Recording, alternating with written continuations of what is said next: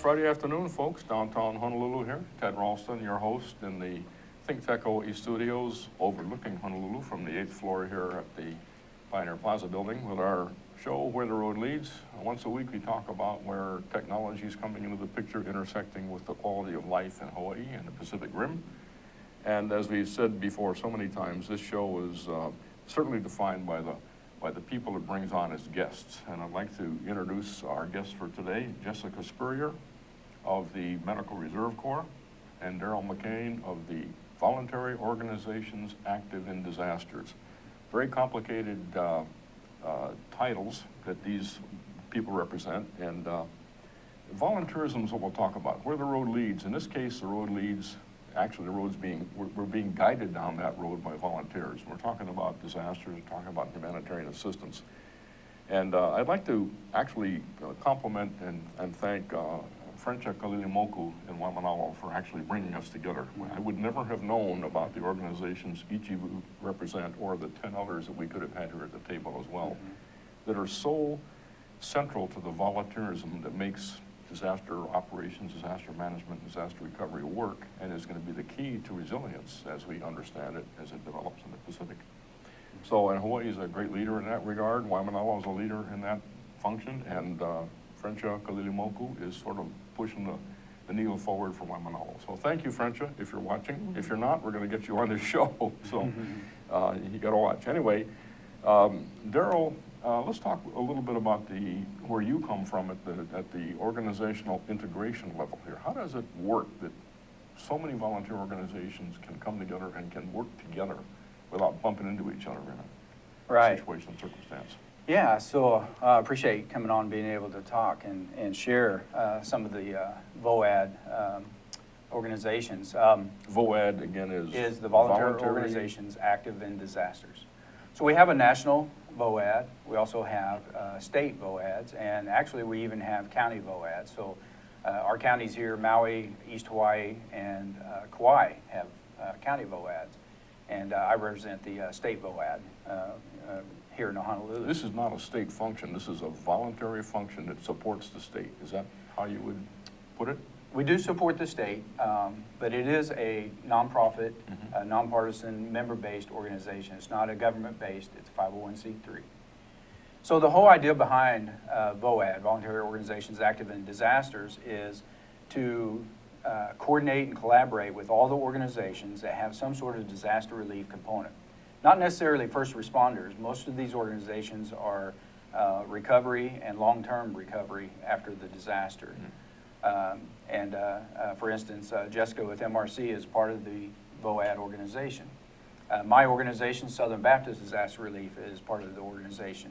So we are all members of the organization, and we collaborate with each other to accomplish helping the people in these communities after a disaster. More in the long trail after the disaster, more so than the immediate response. Is that what I heard you say? So after the disaster, the city or state or FEMA has given an all clear, other than just a few organizations like Red Cross and some of our organizations that have chaplaincy will come in prior to and during the disaster, but most of them will start activating after.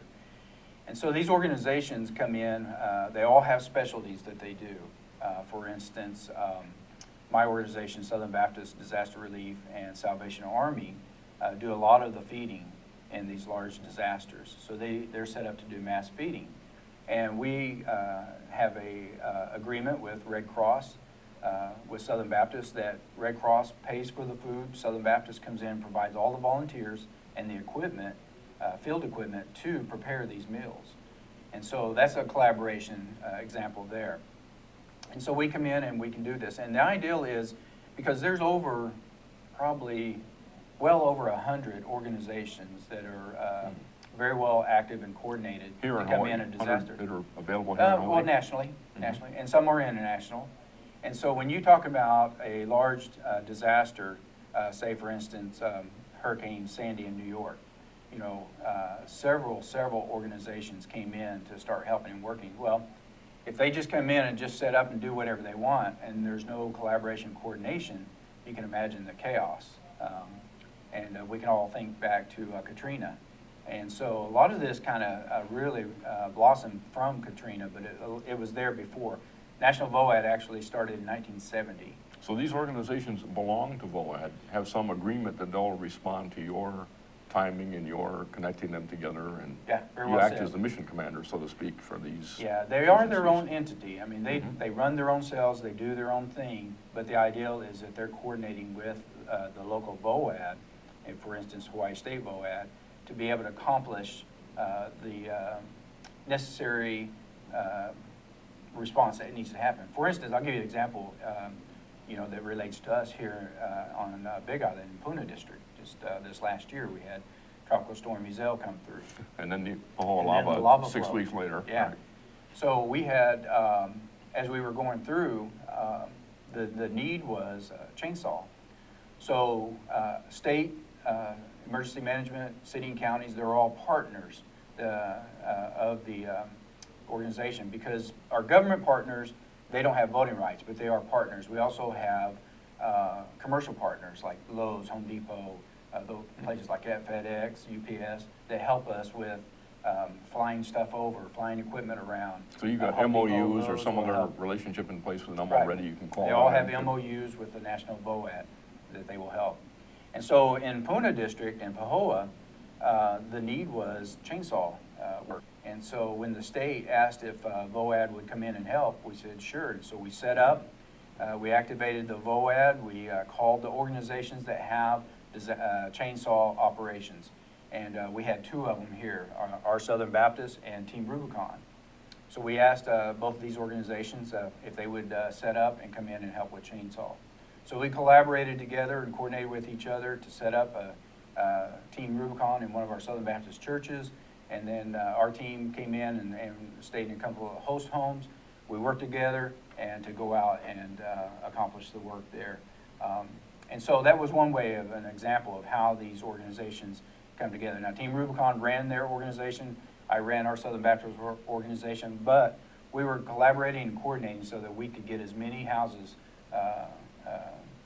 trees cleared as well as possible. Great. Let me take that example forward one step more, but let's turn to Jessica and the Medical Reserve Corps. Tell us a little bit about that and how you play in with the VOAD, and is it possible that you might be on a separate vector somewhere doing something that's your own as opposed to under the general management of VOAD? How does it work as you as a participant in this network? Well, I'm a volunteer with the Medical Reserve Corps here on Oahu.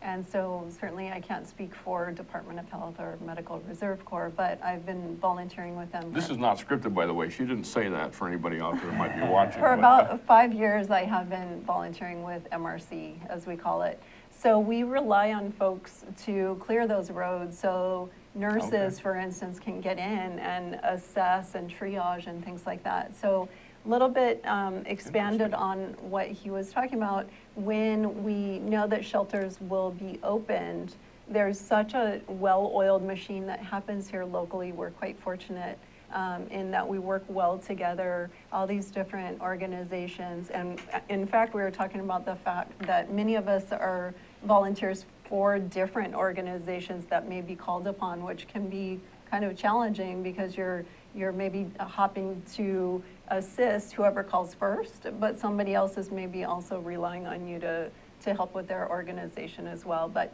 anyway, when So if I can understand Yeah. that, so VOAB might call on you for something, but somebody else could call on you also? Actually, the example that I would give is one of the organizations that we both work with is called Children's Disaster Services. So that's a training that I've gone through that I only found out about because of my participation with Medical Reserve Corps.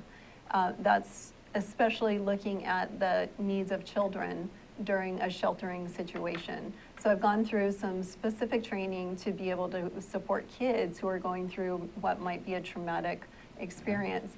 However, I'm also trained by MRC, or Medical Reserve Corps, to perhaps support health needs that shelter residents may be experiencing. So CDS, or Children's Disaster Services, may call on me, and MRC may also call on me. So it gets a little tricky in terms of who goes where, but again, I think the local community works so well together that we do assess needs, we figure out who needs to go where, and even if CDS and MRC are both counting on me, it might be that one day I'm able to support MRC, the next day the need changes and I'm a CDS volunteer. Well, is that sorted out by you at the VOAD level?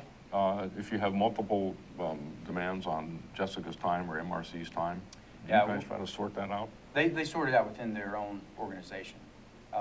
Yeah, like Jessica said, if there's a need for childcare, we'll call Children's Disaster Services, which is operated by Church of the Brethren, which is a national organization of VOAD, and they will set up the request. They'll start calling the volunteers like Jessica, and in these particular cases, these volunteers that are part of these organizations, that's exactly what it is. It's volunteers. So it depends on whether or not those volunteers are available. So not all volunteers are required to respond. It's only if they're available. And so that's why we need to create that large base of You got to volunteers. have some backup there in case somebody can't make it. Yeah, because we know not everybody's going to be able to respond on every call. And so if there's a need for the children's child care, then Church of the Brethren, we would ask them to set up, and then they would start calling their volunteer And they might call. And they might call They Jessica. call MRC. And if they need nurses, that's the one thing MRC and Red Cross, if we need nurses or we need medical technicians, say for instance in the shelters, Red Cross would most likely have a nurse, and they could call MRC if they needed to have additional help with nurses. This is fascinating. Now, is there some place where you sort of report out like a common operating picture or some depiction of what's actually going on? If you think of the World War II movies, you know, the Germans are coming in to bomb England or something, and the ladies running around with the sticks of the poker, and they're pushing symbols of airplanes around, and everybody's watching it from above, from a second level on the balcony, and you get the whole picture of who's coming in, where the defenses are, how that's all working. Is there some way that's pictorialized here so that you can deconflict these various issues? Probably the best way is when we set up an incident command system. And so the incident command system is set up, and usually the county runs the actual response. And so when VOAD comes in, VOAD is coordinating also with the county. We're getting permission from the county to set up, to do different things. And then when we ask an organization to come in and do the work, pretty much they are left alone to do their thing. So they'll set up their own incident command, and they'll start operating. What they'll do is coordinate with us to make sure that they're not in duplicate areas so that we can actually respond to the whole area. So we might have Team Rubicon on one side of the community and Southern Baptist on the other side if we're doing the chainsaw, which is typically what we tried to do. So we're not running over each other and complicating the And then in that case, response. MRC and Rubicon will both report separately to the county EOC and the Well, they county. would report to their own organization, then their Right. organization leader, would report to the local VOAD. If it's a county VOAD running, they would report to them, and county VOAD would give all the information and breakdowns and briefs to the county. So the county gets that consolidated story Right. through VOAD. Fascinating. And I think MRC, Jessica can tell more, but MRC does a lot of the, when there's a lot of casualties, they'll help with the triage. Is that correct? So MRC, actually, I didn't answer your question previously, sorry about that. It's through the state health department. So it's under, Medical Reserve Corps is under the public health preparedness branch. That's a volunteer, that's a bunch of volunteers who Correct. are assisting the Department of Health. Right, so if you think about the work of public health nurses, if you're familiar with that role, when a disaster is headed our direction or has occurred, there's way too much for the local public health nurses to manage. And so Medical Reserve Corps is not limited to those folks who have medical training. They provide a ton of training for anybody who's interested in participating with the organization, although, of course, a clinical role would not be given to someone who's not licensed and things chainsaws. like that. Oh, exactly. So I'm thrilled that this gentleman's going to be clearing the road so that I can get in there and do whatever it is that I would be called to do with the State Department of Health and MRC. This is fascinating. So these state agencies are supported by volunteer groups that are trained and sanctioned in some way, and that the relationships have existed, trust exists, and MOUs connect them together. Yeah, and most government agencies will be quick to say that they can't do it by themselves. That's what I was going to They need suggest the here. volunteer agencies, the nonprofits, the NGOs, which is non-government organizations, to come in and help. The biggest thing is that we need to respect the county and state officials. So when they're operating their county, you know, we need to fall under their IC or their incident command so that they know exactly what everybody's doing. And that's just part of the collaboration that we have with our government partners. This is an extremely interesting and complex environment you're running here. I need a little bit of time to think about it before we can even get into the next level of discussion. So let's take a little bit of a break and then come back and talk about how, once again, how people can pictorialize what's going on. This is a really complex, dynamic environment that you're in the middle of. And you guys think nothing of it, I'm sure, but people on the outside don't even know about it. So this is a very fascinating discussion for me. Be back in about 1 minute, folks.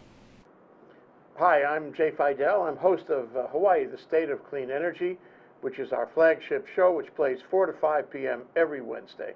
And the supporters of that show are Hawaii Energy Policy Forum and Hawaii Energy. And luckily enough, we have representatives of both of them right here today to tell you more about what they think about the show. Sharon Moriwaki at my left is co-chair of Hawaii Energy Policy Forum, and she goes first. Sharon? Thank you. Thank you, Jay. I'm so glad that we have this Hawaii, the State of Clean Energy. This was 2 years ago when we started this, and we have continued it because it's so important, and there's so many developments happening across the state. And we hope you'll tune in every Wednesday, 4 to 5. It's wonderful. And Ray is Hawaii Energy. Ray, what is your thought about the same subject? Well, I agree completely with Sharon that we are talking about every Wednesday, 4 to 5. We talk about some of the most important subjects that are affecting the islands now and into the future. Energy, clean energy, we need it. We often run into new ideas that we had not thought about before. We did just today, and I think we're going to have more of that in the future. So come on down and watch us 4 to 5 on Wednesdays, and we'll see what happens. We'll see you then. Aloha. Aloha. Still Friday at 4 o'clock, or 4:18 it says on the clock here, folks. Ted Ralston in our ThinkTech Hawaii studios, our program where the road leads, where the show leads. And right now the show is being led, the road's being led, the road's being paved for us by an incredible volunteer framework that is supporting the state and local agencies here in Hawaii that is a hidden value that most of us don't know about, and we got to do something about promoting. So this program is yours if you want it forever. Once again, Friday at 4 o'clock, and keep telling the story about volunteerism. Obviously, volunteerism is what makes this place tick, and it's incredible that that has emerged, and we don't quite all know about it. But we've got Jessica Spurrier from one example of a volunteer organization, the Medical Reserve Corps, and we've got Darrell McCain, who sits in the VOAB seat and tries to coordinate and control all of this. And then me, just an innocent bystander watching all this happening, I'm wondering where engineers, which is my training, how we could become involved here in structural analysis and other things that engineers are good at. So we were talking before the break about illustrating this complexity, this dynamic animal that moves along as time moves. It still has to be managed and fit under the county incident commander, following FEMA 101 and 102 incident command system structure, which everybody has to have training for. What a fascinating picture. So how would a new organization, say engineers, decided that they want to provide, maybe retired guys like me want to provide their knowledge or expertise in some way, how would we, as some engineering group, interact with you and with the coordination that you provide?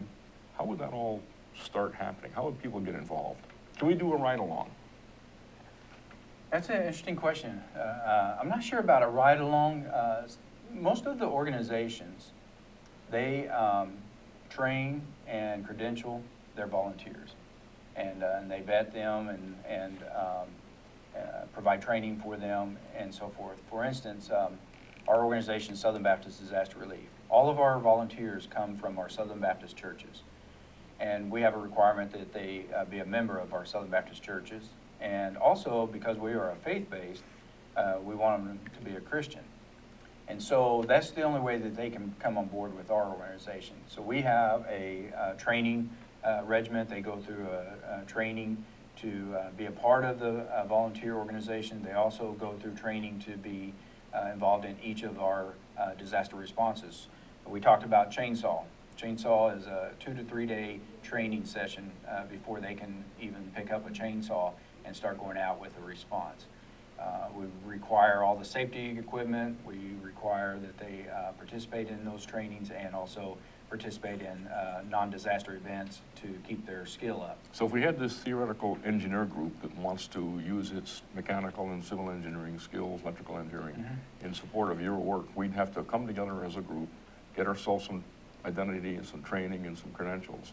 Yeah, so you would come together as a group, form your group, probably work toward becoming a 501c3 nonprofit group if you choose, and then start organizing how you want this to be a disaster related organization.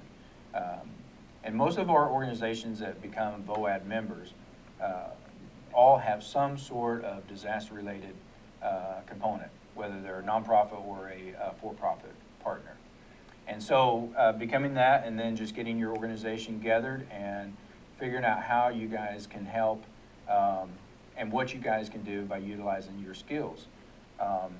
Just thinking right off the bat, if it's structural engineering, helping with making sure the homes are structurally sound to be able to be rebuilt would be one that you could provide.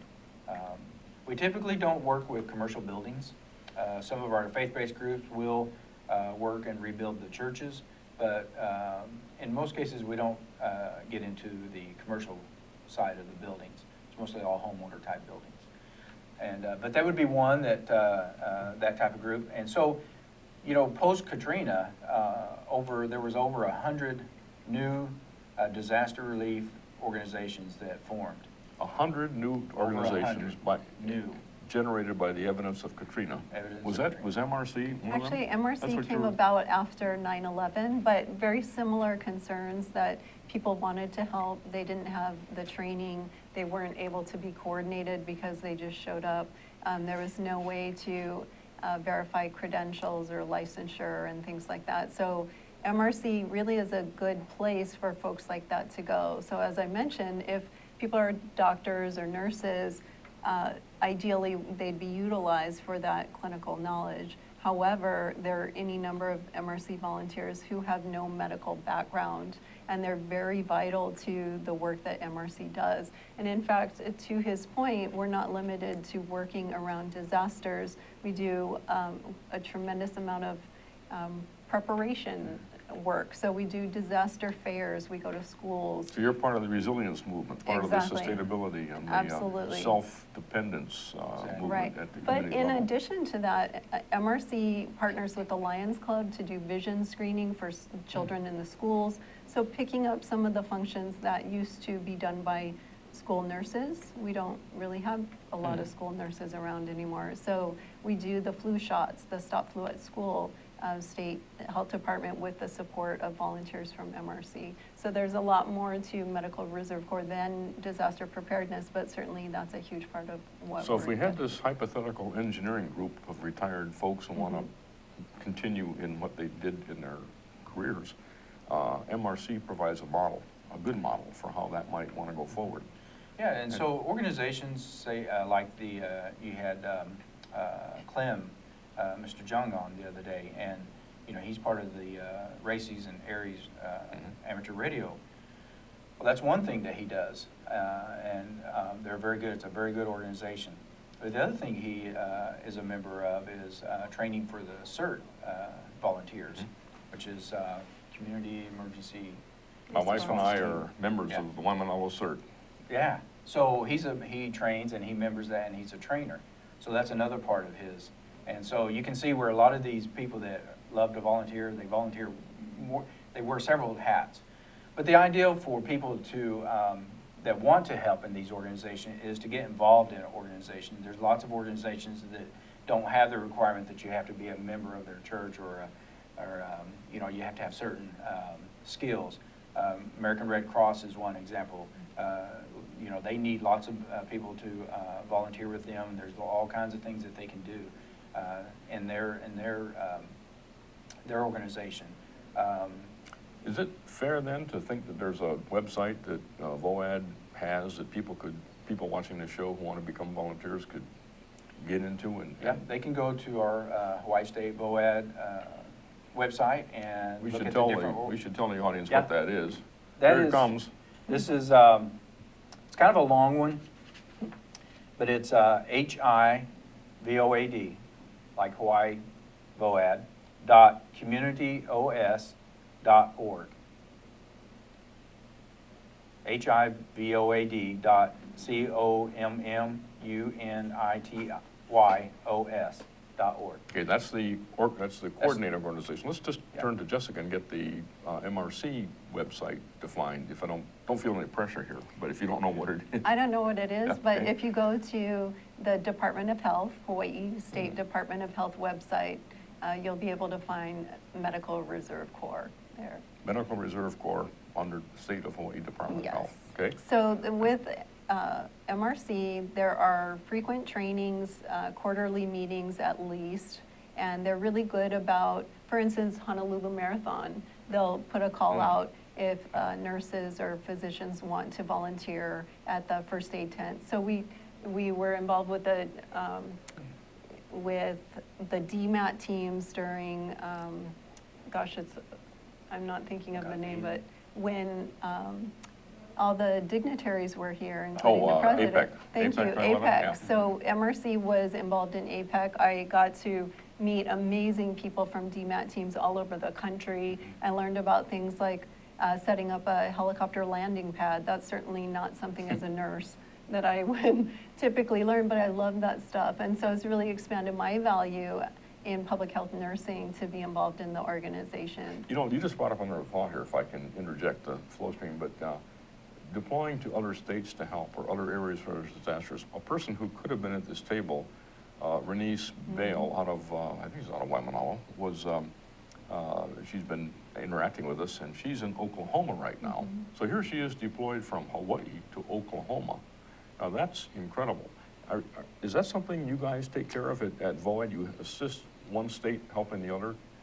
Yeah, most of the organizations, again, you know, we're not the acting, we don't actually tell the organizations where to go and what to do. We're just coordinating, collaborating, communicating with each other to help them. So each organization is either going to be just a local organization, or they'll be a national organization, or they'll also be international. Most of our organizations are national and international. And so when they're national, then they work within their national organization to go and deploy in these different areas. Okay. Yeah. You mentioned Clem Jung. Okay, we're just with Clem last night, and it's hard not to be with Clem. He's everywhere, right, as you know. I'm sure you know Clem as well. And he's always got 4 or 5 radios going off that are in his pocket. But he brought up a great idea last night to us at what's called the Hawaii Drone Club. I'd like to talk about that when we come back from our next break. But the idea would be, how do we take these drones, which can be a nuisance if improperly used, but are very useful if properly used? How would we take these into vetting an organization of some kind that could put them to use at the community level? And then how would we knock on your door and bring that all together? But we'll talk about that when we get back from our break. Okay. Hi, I'm Ethan Allen. I host Likeable Science on ThinkTech Hawaii, and I do this because I care about science literacy in Hawaii. I want to spread the understanding that science is a vital and interesting part of everyone's life. I want to make sure the broadest possible spectrum of people understand the beauty and the value of science and realize that science plays out each and every day of their lives. I want you to understand that science is fun. So we bring on to this show each week guests who are scientists, from astronomers to zoologists, and we talk about what they do and how they do it. But most importantly, we talk about why you should care about their work. why you should see that their work has value and impact on your life. So I hope you'll join us Fridays, 1 p.m. here on ThinkTech Hawaii.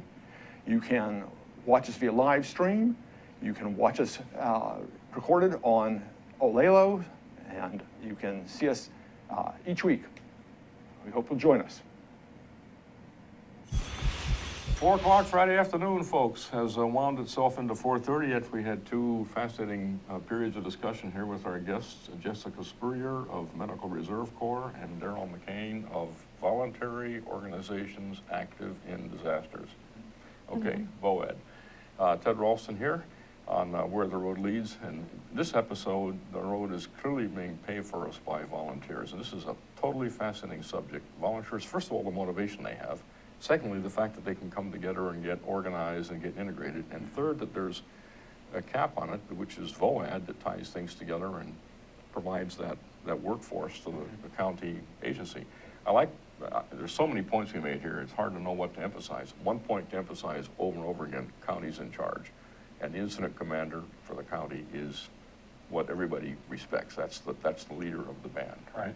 Well, I'm reporting again to the state health department. MRC is under the state Department of Health, but everybody's working together. The DOH would be tied to the Absolutely. Incident commander in some way. Yeah, so you go into a disaster, for instance, in Puna in East Hawaii, you know, the county, they're in charge. We're working with them. They can tell us to leave or they can ask us to stay. So we follow, you know, we want to be able to share with them, work with them, and help them. And if the county, you know, the way they're set up, if the county needs help, then they ask the state. And the state's always there ready. Then, of course, if the state says, no, we need help, then they go to FEMA. And then FEMA But this is interesting. But So they have to ask to come in. A voluntary organization could be supporting Department of Health, a formal state structured organization, or it could be going like Team Rubicon, which is not supporting any particular state agency, but it is equally valuable in the context of the volunteer support. Yeah, Team Rubicon's are really interesting, if I could just say. We've had them real on the quick. show here a few Have times. you? Oh, yeah. So you understand, we collaborated with them in Puna, Pahoa area, a fascinating organization, a very young disaster relief organization, but they're doing a great work with our military vets, and they do a great job. Yeah. Let's tie something together here. And by the way, at the end of this session, which is the last of our segments for this show, I'd like to ask each of you to think in advance here of a minute's worth of advocacy and promotion of the main points you'd like to have our audience hear. But we talked about Pahoa, we've talked about Clemjung, we've talked about Team Rubicon. One thing that's interesting to all of them is this world of unmanned air vehicle or UAVs and drones. I don't know if you can pick that up on the camera, Zuri, but we've got one sitting on the table. And these drones show up at this table a lot. And Jay Fidel, who runs the operation here, is totally interested in this technology. In fact, we're thinking of getting an exemption for the station to operate these as its part in disaster relief and information collection. But just a typical drone, something like that, they're actually in use in Puna right now under Darrell Oliveira's guidance as the incident commander. They're in hobby operations or in just recreational operations. They can be kind of a nuisance in a lot of respects. Ask any hotel on Waikiki Beach. Ask the floating lantern ceremony. It's folks who prefer not to have to deal with these. But the functionality, cameras on board, different kind of sensors on board, would be quite useful in managing the initial part of a disaster before the cavalry shows up, so to speak. Now, what I've learned in our conversation today is that VOAD and the agencies that it represents pretty much show up after the cavalry's left. So there's that time before the cavalry even shows up where something like this might be useful for a day or two before the more formal information collection systems form up. So from what you said, what we'd have to do is take the people who are recreational users, somehow pull them together into an organization, maybe 501 them in some way, get some kind of training and some kind of sort of standard practice in order to actually put something like this forward. But Clem, if you're out there or not, Clem's been on the show too. Everybody's been on the show. As I said, this show is defined by the people on it, let me tell you, totally. But the idea was, say Waimanalo, where we live. If for some reason Kalanianiole Highway was to go into the ocean over there by Kailua Beach Park area, how would we know what the extent of the damage is? How would we know? Well, the National Guard's not there yet. Civil Air Patrol isn't there yet. We could take something like this and in 15 minutes get some pictures to send out to somebody, send out to you, Yeah. and to the state or the county EOC. Yeah. But then we'd have to also know when to stand down and not be there. Right. Because something like this interferes with air commerce, interferes with normal civil defense helicopter operations and such. So we'd have to figure out how to sneak through all the regulations and make that Yeah, sort of thing happen. I'm sure there's ways to do it and get a team organized to, to help in those situations.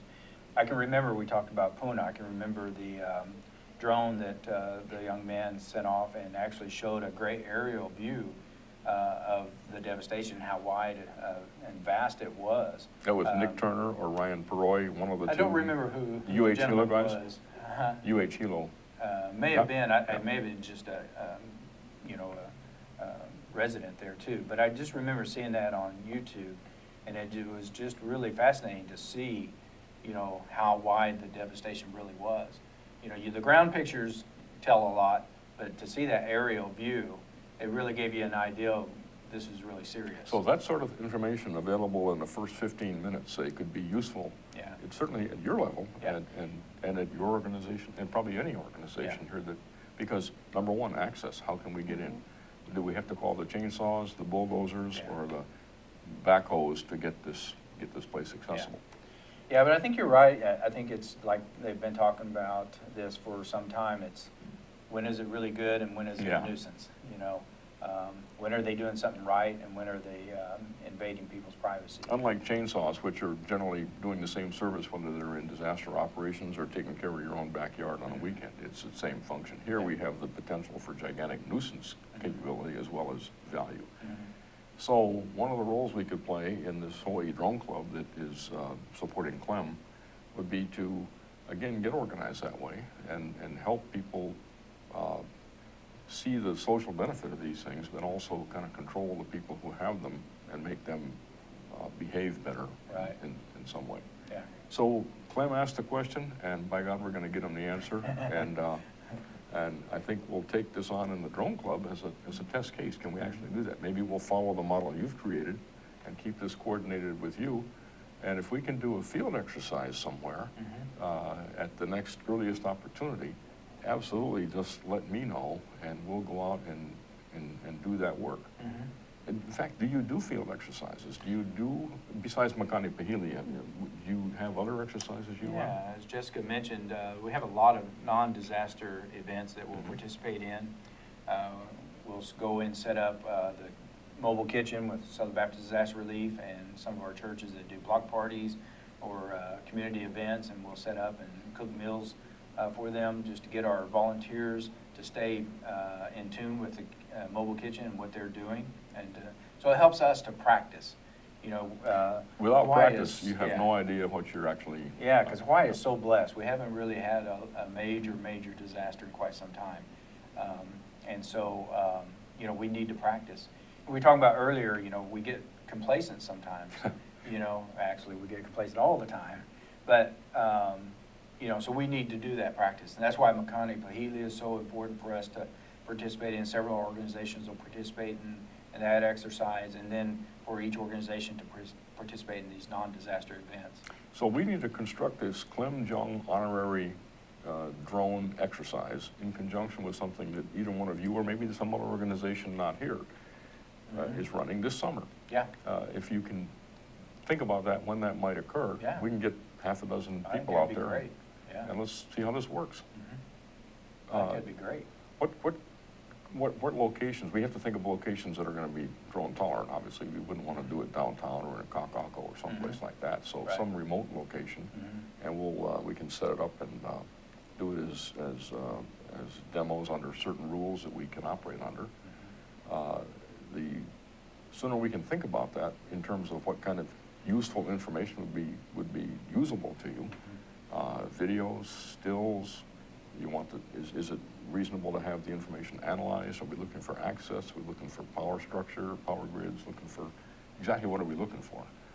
that's the hardest thing. You throw new technology out there, okay, it's wonderful, but what is it actually doing? What does your leadership need? What does your leadership need in I order think to? that each of the organizations would certainly have their own thoughts, but to your point about access, MRC would not want to be sending nurses somewhere that they end up coming across a blocked road, because then someone else is not getting care who's in another direction. So there are any number of organizations, I think, that could benefit from somebody who knows how to use these gadgets that we're not accustomed to utilizing. I don't need to know how to use a chainsaw. I don't need to know how to use a drone, but can I envision ways that could help public health nurses do their work, or volunteers with MRC? Absolutely. So number one on your hit parade is access. Yeah.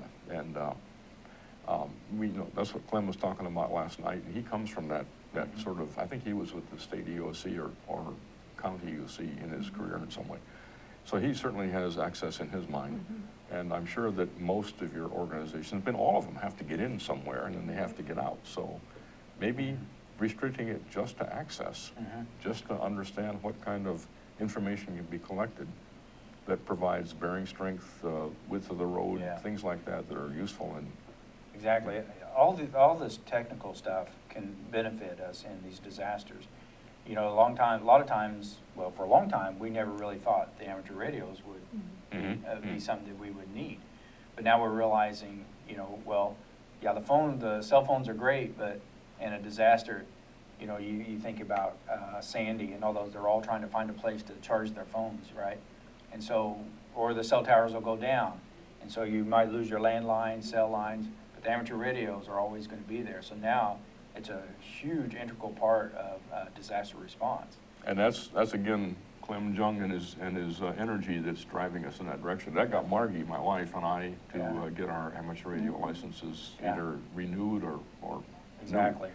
Yeah. We could spend all night talking about, this is a fascinating subject. I really appreciate what you guys doing personally, and I'm sure the whole state does, and it's fascinating. But we've got just a few minutes left here. Can you, again, now you've thought it up, as to what message you'd like to have consolidated in all this discussion for people to hear? So Jessica, why don't you, without any pressure or without any script, now you have some things you haven't shown us yet, but you got about a minute for each of you to say what your So part of what we messages. do that's, I think, really fun in MRC is preparedness. So we'll go to events at malls and schools, and we'll give out information, but we'll also give out practical things like this little backpack that kids love, and it gives them a list of things to gather if a storm is coming.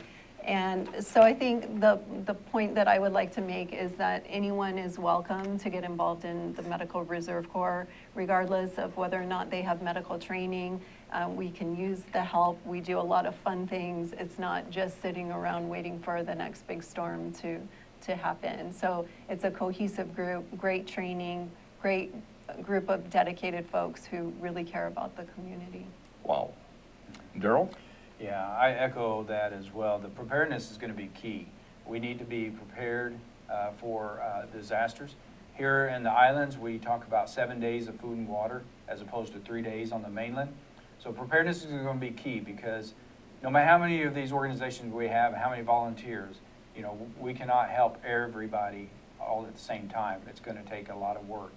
But if the more people that are prepared and can take care of themselves, then the ones that can't help themselves, we can get to them and make it a lot easier. So preparedness, volunteer, find an organization that you can work with and volunteer and get trained in advance, so when the disaster comes, you'll be ready, and you don't have to do that just in time disaster and do all the paperwork and so forth to get involved. You can be ready to go before the disaster comes. So those are the two things: preparedness and get trained in an organization. Okay. And then following up on the Clem Jung concept of drones in this operation, we'll get together with you and some kind of a field exercise this year and begin pursuing that particular dimension to add to the understanding that you all depend on and promote. So once again, thanks very much, Jessica, for coming on. And Darrell, Thank you. This has been great, and we can use this program anytime to bring forth new developments, new information, and maybe once a quarter or something like that. bring other people on as well, Yeah. and let the people know what That'd the, be what the great. strength of volunteerism here Yeah. is and how it makes Hawaii work, and get people to participate and contribute. Yeah, that's awesome. Thanks very much again for coming on, and folks, thanks for watching, and we'll see you again next Friday when ThinkTech Hawaii and our show Where the Road Leads returns to the airwaves.